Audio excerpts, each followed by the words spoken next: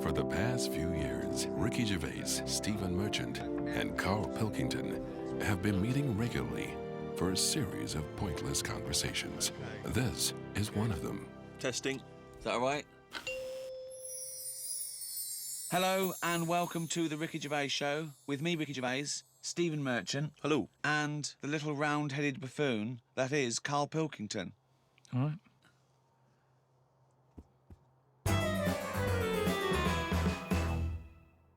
The idea of Englishness and England, it's quite a vague term, isn't it? You can play loose and fast with it. I mean, for instance, I was looking at some quotes about England, and John Major, former Prime Minister, he typified England as being a place of long shadows on county cricket grounds, warm beer, invincible green suburbs, dog lovers, and old maids bicycling through the morning mist. Very specific vision of England. But he never came to the estate that I was born on, Sure. or Karl was, you know what I mean? So, what is your typical image of an Englishman now? If I had to draw it for an alien, Yeah. He'd be quite squat, quite sturdy, sort of no neck, hairy. Are you just thinking of yourself? Do you know what? It would be my build with Karl's head. Really? And no neck, yeah. I think he's sort of balding and unshaven, and he's like a shaved caveman. I think he's tough. He'd have tats. He'd eat like a dog. It's the bulldog breed. It is the bulldog breed. I am thinking of the bulldog breed. Yeah. See, now my image of an Englishman is essentially that cliched one. It is, I think, Hugh Grant. So you're modern. You're straight away modern or now. I would say it's either mixed between Hugh Grant and Roger Moore when he was James Bond. You see, know what I mean? that's another small percentage of Englishness that sort of annoys me. Those people that think they're James Bond. They think they can buy a suit and read GQ, and they're suave and sophisticated, and they get cars they can't afford. All they do is work in a bank, come home, and flick through GQ at the adverts, looking at people with wearing watches and aftershave. Who wears aftershave? Do you wear aftershave, Karl? Normally, aftershave is the sort of thing I let other people buy me. It's like underpants, tea towels, and sort of aftershave and that. Other people buying me. Who's buying you tea towels? My mum. Right, okay. Every time she turns up, she's got Brilla pads and stuff. I've got loads of them. I keep saying to her, I don't need any of this, but she always brings a box full of stuff. Brilla pads, tea towels, underpants. The underpants size hasn't gone up since I was 14. But I can rely on her for that. So do you not have anything in your life which you would think of as being gentlemanly? Do you ever dress smartly? What about suits? I bought one suit that time when you invited me to the BAFTAs. That's the only suit. I think I wore it for one other thing. I haven't wore it since. I don't feel comfortable, it's not me. But don't you go to a wedding? That'd be a lovely advert, wouldn't it?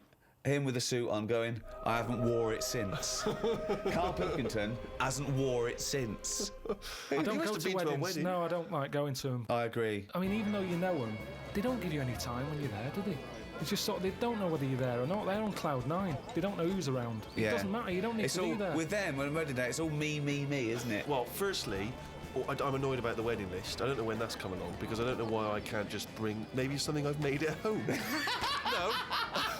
Why has there got to be a list of stuff? What newly married bride doesn't want a pair of homemade clogs? Exactly. Do you know what I mean? But saying that, I think people very much appreciate you being at their wedding. No, They do. They remember if you were there. No, they don't. They do. They don't. You don't get invited to weddings because you ain't got any mates. No, I've got to know enough people. Everyone's getting married. But they're always in the middle of nowhere. That annoys me when people say, you come to our wedding? Yeah, fine, we're in Greece. Yeah. Well, the thing that drives me insane when you do go is when they put you on a table with people you don't know. Well, I that's got it. all my mates there, and they put because I got to mingle with some people. I don't care. I don't need these. But that's what I'm not good at. Talking to people once. Talking to people who you don't know. No. What sort of stuff would you make conversation about at a wedding? I'd probably say, first of all, how do you know them? How do you know the people getting married? And then, do you think it'll last? Imagine inviting Karl Pilkington to wedding and going, well, where should we put him? Oh, I don't know. Is there a table for one? Oh, just You'd be on the table with the kids. Imagine being stuck with Karl Pilkington at a wedding. Yeah, what else? So you've asked them, do you think it'll last? They've gone, I'm sorry? Who are you? Oh, Karl Pilkington from Manchester. Right, yes, we think it'll last. What else would you ask? So what's your next? The last wedding I went to, it's going back a couple of years, but everyone seems a bit snidey. Do you know what I mean? Because you've got a mixture of families there, haven't you? Yeah. And none of them really like each other. No. And I got stuck with an old fella who had a flatulence problem. That sounds fun. And then he went on to say it doesn't matter, the suit's hired. And it's just kind of... I'm gonna die! I just don't like him. I love it. He's basically saying that when it doesn't matter if I shit myself. Oh. Maybe it's that thing that I don't appreciate what I've got. But to me, being English isn't anything that great. Really? Why not? Because it's just what I've been dealt with. If you could be any nationality, what would you be and why? Probably be Italian. Okay. Why? Well, just yeah, I like the idea of it. I like it. Italians are alright. Where would you live? Rome? I probably wouldn't want to be in the middle of Rome. It's too much hassle. Have you been to Rome? Yeah, it's nice to visit and stuff. Yeah. It's good. A lot of old stuff. Why have you chosen Italy? I'm interested to know why, of all the countries you've chosen, Italy. I was a late comer to pasta. But it's won you round. I like it now. It's like one of my favourite things I have. Which there isn't really anything like that in England. That even though it's Well, except pasta. Pasta's No, almost but it's- exactly like it. Yeah, No, but it's not. We've got pasta, haven't it's we? not ours though, is it? And we No, don't know we've how got- to eat it. What do you mean we don't know how to eat it? We do it all wrong. You stick it up your arse again. Look at me. I know how to fucking eat it. No, but what I mean is, if you saw a proper Italian and they saw what we did to pasta, they would not be happy. What are we doing wrong? Tell me what we're doing wrong Well, I with don't pasta. know that, otherwise we wouldn't be doing Well, it wrong. how do you know we're doing it how do you wrong? know I've they just don't? heard we do it wrong. It's like how we have the coffee at all the wrong times. I ordered a cappuccino somewhere and the Italian fella said you shouldn't be having that now. It's a breakfast coffee. Yeah, it is, yeah. Before 12 o'clock, Yeah, yeah. but I was having it at like 11:15 at night. Oh, It looks wow. like I Well, was that's mental. absurd. How are you going to get to sleep with a lovely cup of coffee? Yeah, that's Well, a good adults one. sleep anyway, You yeah. shouldn't drink coffee anyway at night. Full stop. So, hang on. So, you love pasta, but you're not eating it right. So, you'd like to be Italian in order to be able to eat pasta correctly, even though you enjoy the pasta you What eat. do you feel being Italian is, and what's It's just, attractive it's to just being... very sort of, it's a relaxed lifestyle. Whenever you go to Italy, everyone's sat outside a cafe. It doesn't matter what sort of person Carl, you are. that's all you do now with your spare time is sit Yes, outside a cafe. But they get more respect over there for Why? it. It's like it's okay to do that. There's older people sat outside cafes who do nothing. I and it's love the just fact that he they're wants to probably be retired. Italian so he can sit outside a cafe and get more respect than he does now sitting outside a cafe. No, but everyone's rushing about here.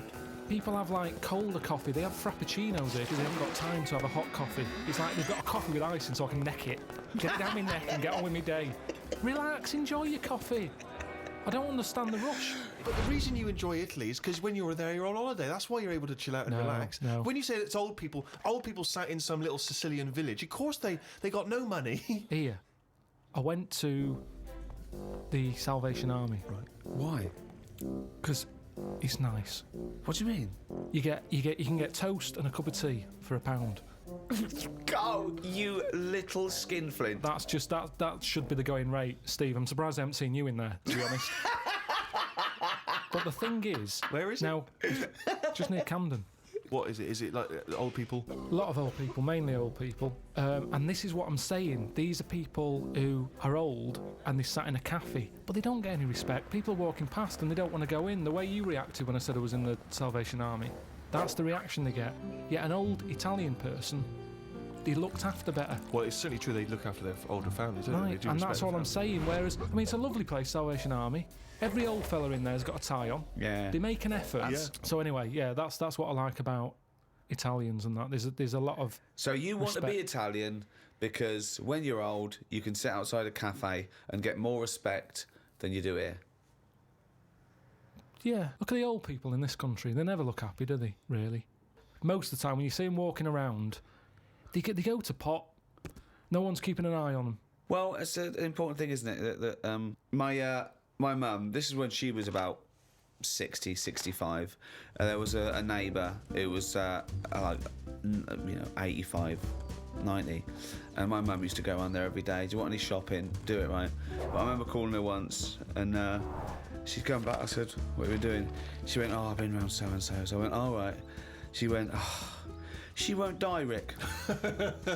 Like she's helping her, but she's thinking this is getting silly now. You were meant to go years ago here. Well, that's the problem, you know. If you get pally with an old person, then you could be stuck with them for years. And having to do stuff, you know, that's what you don't want to do, is it? You meet an old fella, and then you've got to start popping in his sort of piles or whatever when he can't do them himself. You know, what do you do if you're... It depends how friendly you are, though. I mean, I'm just talking about someone you meet at the bus stop, as opposed to popping the piles back in. How does that happen? Jesus. Just the ones on the estate I grew up on. As soon as he got to a certain age, there was Mrs. Knowles who went mental. One day she seemed fine, next day she was chucking cans in everyone's garden. You could just hear her coming.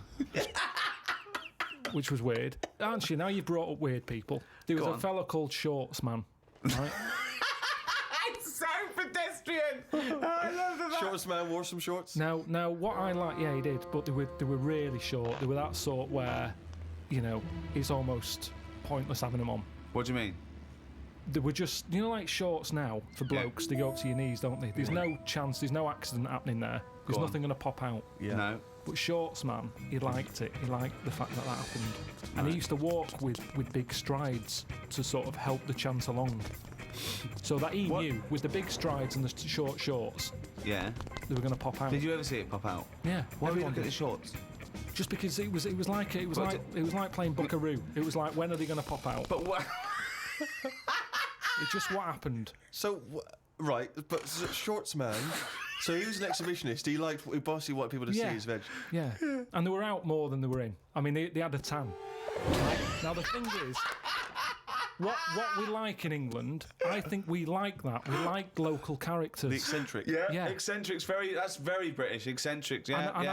I'm glad I grew up round there with all them people because So they're am I. interesting.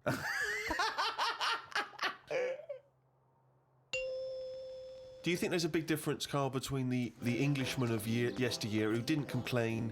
I mean, he just got on with things. He might have whinged about the weather and the like, but he just got on with things. He carried an umbrella. Yeah. Didn't Whereas whinge about nowadays, anything. people are getting their Prozac and their antidepressants. If They're going someone- into therapy. Yeah, he kept out of stuff as well.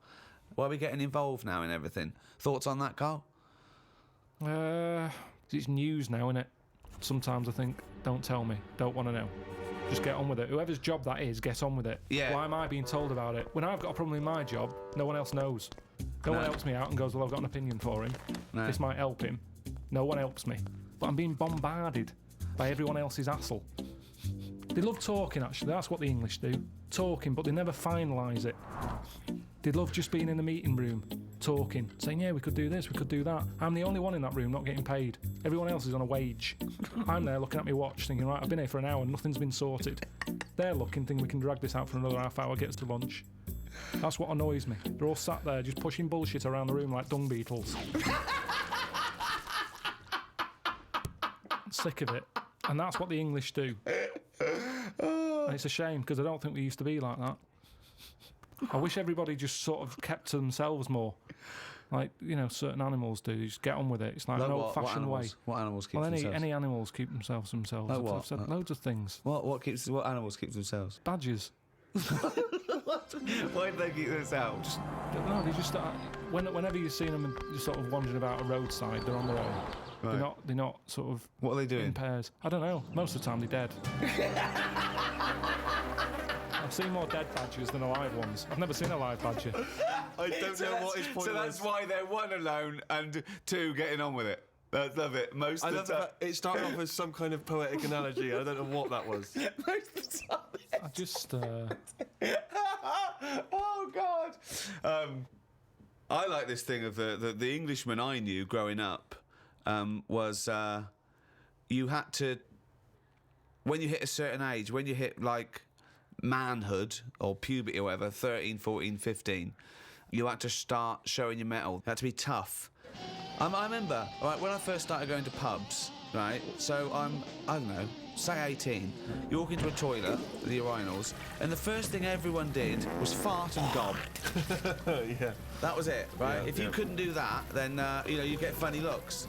You know, you go in the urinal and they'd look at you. Oh, sorry. It was all about being a man. You know. I think wearing glasses makes you slightly exempt from that. It's like you don't have to. People automatically dissociate. It's like if I was in prison, I wouldn't have to do that because I'd just be the professor. Yeah. Do you know what I mean? Exactly, Or brains. yeah. I would. Yeah. I wouldn't need to be part of it. I'm never a threat because I never look like I'm going to be a tough guy. So consequently, I live in this sort of parallel stratosphere where I haven't got a piss and gob. Yeah. Has that got more popular? Yes. Has it? Yeah. There's a lot of What, people gobbing? doing it in the streets now. Really? It's not like in, not in avoiding- Hampstead. It still is, you know. When I walk The only in, person gobbing in Hampstead is me. Jane says, "Don't gob. People are looking." well, it is. It's your trail that I'm seeing then. It's like a load of sort of washed-up jellyfish in London. Just big blobs of it. I mean, I don't know how they're coughing this stuff up. I mean, they shouldn't still be alive. Some of them have, like, organs in them. It's just big lumps of stuff. I mean, that list of idyllic, antiquated England of you know, tea and cakes and cricket, I mean, is valid. But I think the things that sum up Englishness, I mean, talking of the weather, I think drinking, war. We love a ruck. Yeah. We're built on war. We're a warrior race. We're pretty good at war. Talking of the English sense of fair play and war, when the crossbow was invented, a lot of people wouldn't use it. They said it was unchristian. So our soldiers sort of resisted it. So Europeans got this thing that needed no skill, and it was shooting these bolts, and they could reload quick. And versus our bowmen. What do you think of that? What do you think of going, oh, it's cheating, we won't use it, but having a disadvantage? That's honour, isn't it? But what's the problem here? What am I meant to be worrying about? Well, you've got bow and arrows. Yeah. They're amazing. They're heavy. Someone comes along and goes, don't worry about that. Here's a crossbow. Just pop it in, put it back. Deadly. Deadly, quick. Anyone can use it. So now you've got anyone with a crossbow killing people. Women, children. Anyone can use it. So the Europeans, they're going crazy. But we resisted it because we thought it was, you know, unchristian and cheating to kill without skill. What do you think of that? But where were the actual bows and that being made? Because that's the thing, isn't it? The company who's making them, they just want Right. to get out to a big market. Brilliant. That's what they do now with the iPod and everything. It's not about people wanting more music than ever before. That's not the case. It's about having the accessory. And if the bow and arrow was like sold as this, you know, light to carry for all the family, that's how it would have happened. That's what it's all about. Ye new bow and arrow from Ronco. But what do you think the problem Yeah, is? but you're not quite getting Ricky's point. His point is the idea of there being sort of rules and fair play and etiquette in war. The objective is to kill the enemy. I don't think war and that is a place to start getting all uppity about someone cheating or having a better system. Really? You think all fair in love and war, do you? Yeah, definitely. Right. But It's there's just got to have about rules, winning. isn't it? No, not in a war. There isn't rules. What's extraordinary about the idea of English fair play is, you know, famously the approach during the First World War that we would sort of walk up out of the trenches onto no man's land and sort of politely march at a slow, steady pace across towards the I know. enemy. I mean, and then we were just being machine gunned down. I mean, it was absurd. And that's the one they had a knockabout and stuff, didn't they? They took a game of football. And In that. no man's land, yeah. Christmas Day. But who took a football there?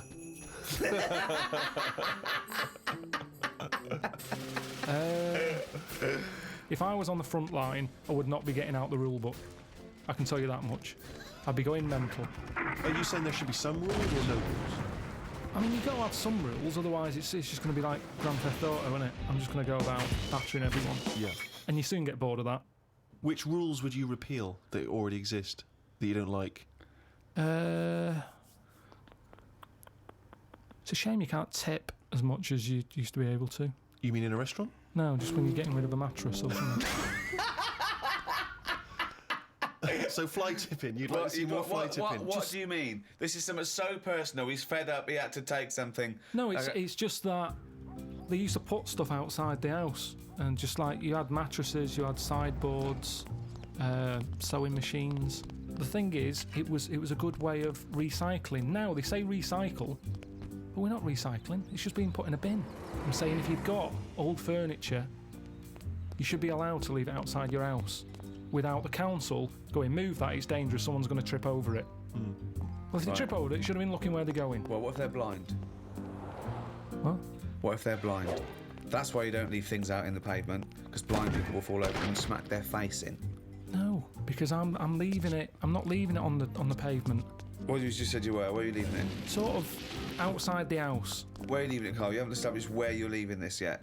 Because so far, a blind person's fallen over and broken his nose. I've never and lost seen a 2 blind teeth. person trip over anything.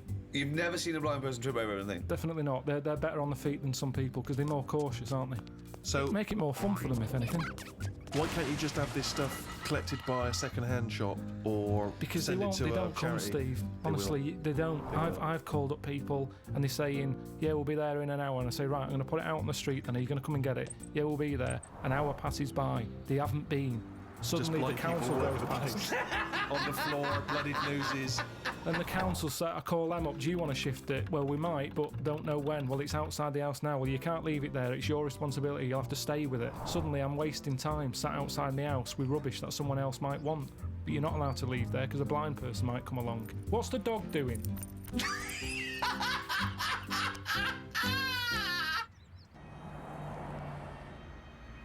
What do you make of St. George, the patron saint? What's your take on that? Is he the one who killed the dragon? Right. Tell us the story. There was a dragon problem. Where? Must have been in England. Right. George took it on. He took on the job. He was like a rent-a-kill.